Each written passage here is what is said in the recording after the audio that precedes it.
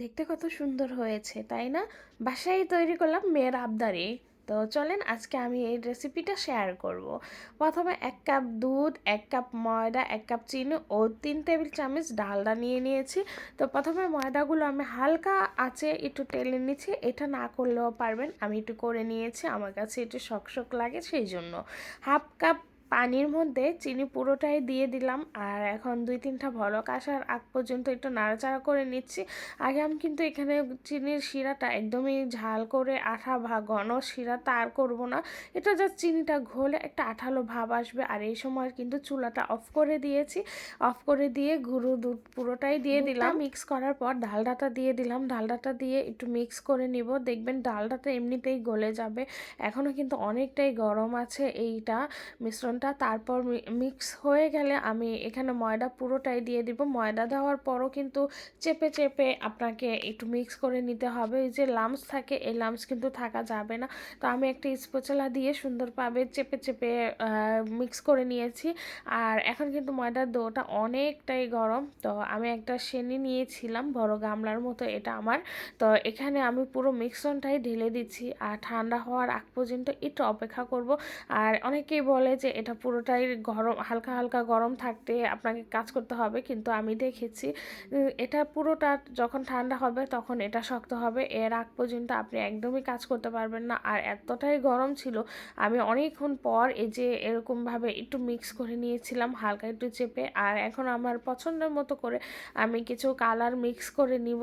তো এখানে আমার কাছে যা যা কালার ছিল আমি সব কিছু মিক্স করে নিচ্ছি, কিন্তু সবুজ রঙটা আমার একটু কেমন যেন হয়ে গিয়েছিল, ওই যে চামিজের লাল রং ছিল সেই জন্য আমার সবুজ রঙটা পুরোটাই আসে না।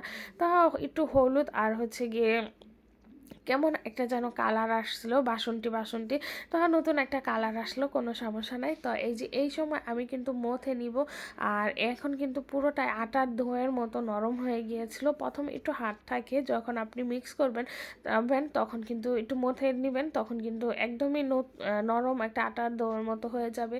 তো এক এক করে আমি মিক্স করে রঙগুলো একটু মথে একটু নরম করে নিয়েছি, আর একটা লম্বা রশি আকারে নিচ্ছি। আর এই যে এখন আমি সবুজ রং দিব, আর ওই বাকিটা পুরোটাই সাদা রাখবো।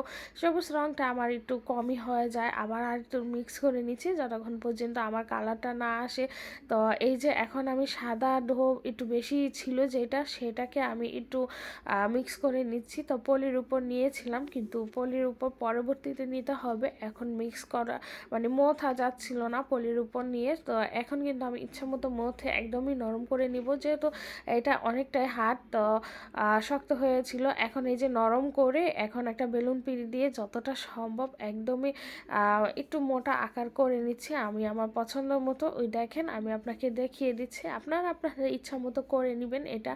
তো আমি যেহেতু প্রথমবার তৈরি করেছি, তো আমার অভিজ্ঞতাটাই আমি শেয়ার করলাম, যে অতটাই দেখা যে রিয়েল লাইফ মানে এত সোজা, আসলে কিন্তু এতটাই সোজা না, করতে গেলে একটু প্রথমবার করেছি তো সেই জন্য আমার কাছে মনে হয়েছে।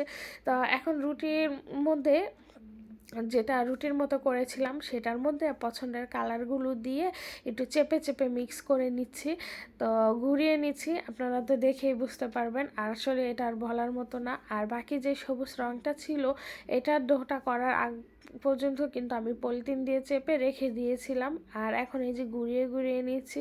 আর এই সময়টাই আমার কাছে খুবই ভালো লাগছে, যতটা পর্যন্ত ঘুরিয়েছি ততক্ষণ পর্যন্ত ঘুরে কালারগুলো মিক্স হয়ে গিয়েছিল একটার সাথে একটা। তো এরকম করে আমি কিছুক্ষণ রেস্টতে রেখে দিব। তো আমি আরেকটু লম্বা করে নিয়েছিলাম, তারপর আমি 10 মিনিট ফ্রিজে রেখে এখন কেটে নিচ্ছি। আর সবচেয়ে ভালো এবং পছন্দের পার্ট হয়েছিল এটা কাটার সময় যেন কী সুন্দর দেখতে লাগছিল, আমার কাছে কিন্তু খুবই ভালো লাগছে।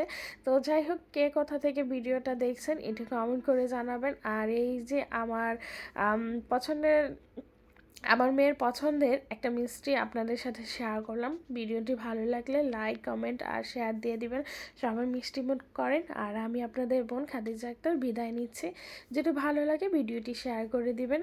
আল্লাহ।